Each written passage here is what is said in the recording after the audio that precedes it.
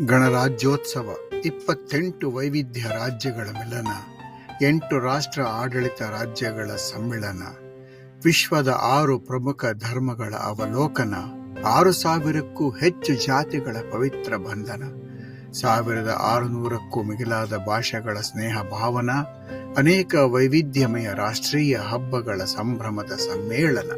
ಈ ಭೂಮಿಯ ಏಕೈಕ ಜಾತ್ಯತೀತ ರಾಷ್ಟ್ರ ನಮ್ಮ ಭಾರತ ನವ್ಯ ಪ್ರಾಚೀನ 76ನೇ ಗಣರಾಜ್ಯೋತ್ಸವ ಆಚರಿಸುತ್ತಿರುವ ಸಂಭ್ರಮದ ಸುಂದರ ಸುದಿನ. ಭವ್ಯ ಭಾರತ ರಾಷ್ಟ್ರದ ಗಣರಾಜ್ಯವನ್ನು ಗೌರವಿಸುವ ಪ್ರತಿಯೊಬ್ಬ ಪ್ರಜೆಗೂ ನಮನ. ಇವತ್ತು ಜನವರಿ 26 ಗಣರಾಜ್ಯೋತ್ಸವದ ದಿವಸ, ರಿಪಬ್ಲಿಕ್ ಡೇ. ಜನವರಿ 26 ಸಮಸ್ತ ಭಾರತೀಯರಿಗೂ ಹೆಮ್ಮೆಯ ಗೌರವೋತ್ಸವದ ದಿನ. ಈ ವೇಳೆ ಭಾರತದ ನಾಡು, ನುಡಿ, ಸಂಸ್ಕೃತಿ, ಆಚಾರ, ವಿಚಾರಗಳ ಬಗ್ಗೆ ವಿಶ್ವಾದ್ಯಂತ ಅನೇಕ ದೇಶದ ಮುಖಂಡರು ಗೌರವಪೂರ್ವಕವಾಗಿ ಮಾತನಾಡುತ್ತಾರೆ. ಈ ನಿಟ್ಟಿನಲ್ಲಿ ನಾನು ಬರೆದಂತಹ ಒಂದು ಲೇಖನ ಉದಯವಾಣಿಯಲ್ಲಿ ಪ್ರಕಟವಾಗಿದೆ. ಅದನ್ನು ನಿಮ್ಮ ಮುಂದೆ ಇಂದು ಪ್ರಸ್ತುತಪಡಿಸಲಿಕ್ಕೆ ಇಷ್ಟಪಡ್ತಾ ಇದ್ದೇನೆ. ಇತಿಹಾಸದ ಪುಟಗಳನ್ನು ತೆರೆದಾಗ ಹಿಂದೆ ಯಾರೂ ಕೂಡ ವ್ಯಕ್ತಪಡಿಸದ ಅಭಿಮಾನ ಪೂರ್ವಕ ನುಡಿಗಳನ್ನು ಆಡಿದ್ದವರು ಅಮೆರಿಕದ ಮಾಜಿ ಅಧ್ಯಕ್ಷ ಬರಾಕ್ ಒಬಾಮಾ ಅವರು. 2015ರಲ್ಲಿ ಅವರು ನಮ್ಮ ದೇಶದ ಗಣರಾಜ್ಯೋತ್ಸವಕ್ಕೆ ಅತಿಥಿಯಾಗಿ ಭಾರತಕ್ಕೆ ಬಂದಿದ್ದಾಗ ನಮ್ಮ ಅಚ್ಚುಮೆಚ್ಚಿನ ಪ್ರಧಾನಮಂತ್ರಿ ನರೇಂದ್ರ ಮೋದಿ ಅವರೊಂದಿಗೆ ಕೂಡಿ ಮಾತನಾಡಿದ್ದು ಒಂದು ಅವಿಸ್ಮರಣೀಯ ಘಟನೆ ಅಂತ ನಾವು ಹೇಳಬಹುದು. ಅದರ ಒಂದು ತುಣುಕು, ಅದರ ಒಂದು ವಿವರವನ್ನು ನಾನು ಇಲ್ಲಿ ಬರೆದಿದ್ದೇನೆ. ಶಿಕಾಗೋದಿಂದ ಬಂದವನು ಎಂಬುದೇ ನನ್ನ ಹೆಮ್ಮೆ. ಇದು ಒಂದು ತಲೆಬರಹ ನನ್ನ ಲೇಖನದ್ದು. ಲೇಖನ ಈ ರೀತಿ ಇದೆ: ಭಾರತದ ಈ ಭೇಟಿ ಅವಿಸ್ಮರಣೀಯ. ಇದು ಬರಾಕ್ ಒಬಾಮಾ ಅವರು ಹೇಳಿದ್ದು. ಇದಕ್ಕಾಗಿ ಧನ್ಯವಾದಗಳು. ಗಣರಾಜ್ಯೋತ್ಸವದಲ್ಲಿ ಭಾರತೀಯರೊಂದಿಗೆ ಭಾಗವಹಿಸುತ್ತಿರುವ ಮೊದಲ ಅಮೆರಿಕನ್ ಅಧ್ಯಕ್ಷ ಎಂಬ ಗೌರವ ನನ್ನದಾಗಿದೆ.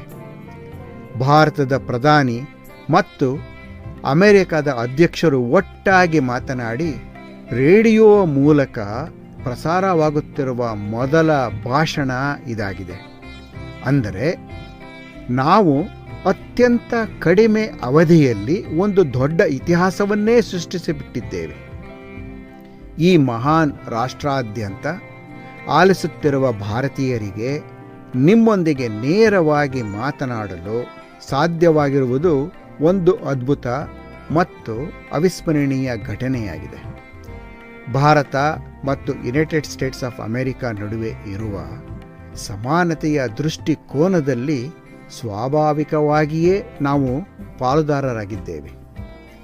ನಾವು ವಿಶ್ವದ 2 ಮಹಾನ್ ಪ್ರಜಾಪ್ರಭುತ್ವ ರಾಷ್ಟ್ರಗಳು. ನವೀನತೆ, ಆರ್ಥಿಕತೆ ಮತ್ತು ಮಾನವೀಯತೆಯನ್ನು ಸಬಲೀಕರಣಗೊಳಿಸಲು ಮೀಸಲಾಗಿರುವ 2 ವೈವಿಧ್ಯಮಯ ಸಮಾಜಗಳು. ಲಕ್ಷಾಂತರ ಭಾರತೀಯ ಅಮೆರಿಕನ್ನರು ಭಾರತದ ಪರಂಪರೆ, ಸಂಸ್ಕೃತಿ ಮತ್ತು ಸಂಪ್ರದಾಯಗಳನ್ನು ಅಮೆರಿಕಾದಲ್ಲೂ ಪರಿಪಾಲಿಸುತ್ತಿರುವುದರಿಂದ ನಮ್ಮ ಅನುಬಂಧ ಗಾಢವಾಗಿದೆ. ಈ 2 ದೇಶಗಳ ನಡುವಿನ ಸಂಬಂಧವನ್ನು ಬಲಪಡಿಸಲು ಶ್ರಮಿಸುತ್ತಿರುವ ಪ್ರಧಾನಿಯವರನ್ನು ನಾನು ಬಹಳ ಪ್ರಶಂಸೆ ಮಾಡುತ್ತೇನೆ. ಕಡುಬಡತನಕ್ಕೆ ಕಡಿವಾಣ, ಸಾಮಾನ್ಯ ಜನರ ಉನ್ನತಿ, ಮಹಿಳೆಯರ ಸಬಲೀಕರಣ, ವಿದ್ಯುತ್ ಮತ್ತು ಶುದ್ಧ ಇಂಧನ ಒದಗಿಸುವಿಕೆ, ಶಿಕ್ಷಣ ವ್ಯವಸ್ಥೆ ಮತ್ತು ಮೂಲ ಸೌಕರ್ಯಗಳನ್ನು ಪ್ರಧಾನಿ ಮೋದಿಯವರು ಕಾಳಜಿ ವಹಿಸಿ ನಡೆಸುತ್ತಿರುವ ಪ್ರಯತ್ನಗಳ ಬಗ್ಗೆ ಅಮೆರಿಕನ್ನರು ಬಹಳ ಉತ್ಸುಕರಾಗಿದ್ದೇವೆ. ಅಲ್ಲದೆ ಇದರಲ್ಲಿ ಪಾಲುದಾರರಾಗಲು ನಾವು ಬಯಸುತ್ತೇವೆ. ಯಾಕೆಂದರೆ ನಮ್ಮ ಯುವ ಜನಾಂಗಕ್ಕೆ ಅತ್ಯುನ್ನತ ಶಿಕ್ಷಣ, ಉತ್ತಮ ಶಿಕ್ಷಣ, ಪ್ರಜೆಗಳಲ್ಲಿ ಜನಸಾಮಾನ್ಯತೆ, ನ್ಯಾಯಯುತ ವೇತನ, ಉದ್ಯೋಗ ಭದ್ರತೆ ಮತ್ತು ಆಹಾರ ಆರೋಗ್ಯ ರಕ್ಷಣೆಯಲ್ಲಿ ಇಲ್ಲಿ ಪ್ರಚಾರ ಮಾಡುತ್ತಿರುವ ಅನೇಕ ಪ್ರಯತ್ನಗಳು ನಮ್ಮದಾಗಿದೆ. ಈ ಎಲ್ಲ ಸಮಸ್ಯೆಗಳಲ್ಲಿ ಬಹಳ ಸಾಮಾನ್ಯತೆ ಇದೆ ಎಂದು ನಾನು ಭಾವಿಸುತ್ತೇನೆ. ಗಾಂಧೀಜಿಯವರ ಮುಖ್ಯ ಗುರಿ ನೆನಪಿಸಲು ಮತ್ತು ಸಾಧ್ವೀಕರಿಸಲು ಇದು ಒಂದು ಸದವಕಾಶ. ದೇವರು ಪ್ರತಿಯೊಬ್ಬರಲ್ಲೂ ಇರುವ ಕಾರಣ ಮಾನವೀಯ ಸೇವೆಗಳ ಮೂಲಕ ದೇವರನ್ನು ನೋಡಲು ನಾವು ಪ್ರಯತ್ನಿಸಬೇಕು. ಹೀಗಾಗಿ ಈ ಹಂಚಿಕೆಯ ನಂಬಿಕೆಗಳು ಮತ್ತು ಮೌಲ್ಯಗಳಿಗೆ ನಾನು ಬದ್ಧನಾಗಿದ್ದೇನೆ ಮತ್ತು ನಮ್ಮ ಸ್ನೇಹ ಸಂಬಂಧವನ್ನು ಸಬಲೀಕರಿಸುತ್ತೇನೆ. ವಿಶ್ವ ವೇದಿಕೆಯಲ್ಲಿ ಅಮೆರಿಕ ಮತ್ತು ಭಾರತವು ಒಟ್ಟಾಗಿ ಸೇರಿ ಈ ಮೌಲ್ಯಗಳನ್ನು ಪಸರಿಸಿದರೆ ವಿಶ್ವ ಮಾನವ ಕುಲ ಉತ್ತಮವಾಗುವುದು ಮಾತ್ರವಲ್ಲ, ಭವಿಷ್ಯವು ಹೆಚ್ಚು ಸಮೃದ್ಧ, ಶಾಂತಿಯುತ ಮತ್ತು ಅತ್ಯಂತ ಸುರಕ್ಷಿತವಾಗಿರುತ್ತದೆ ಎಂದು ನಾನು ಭಾವಿಸುತ್ತೇನೆ.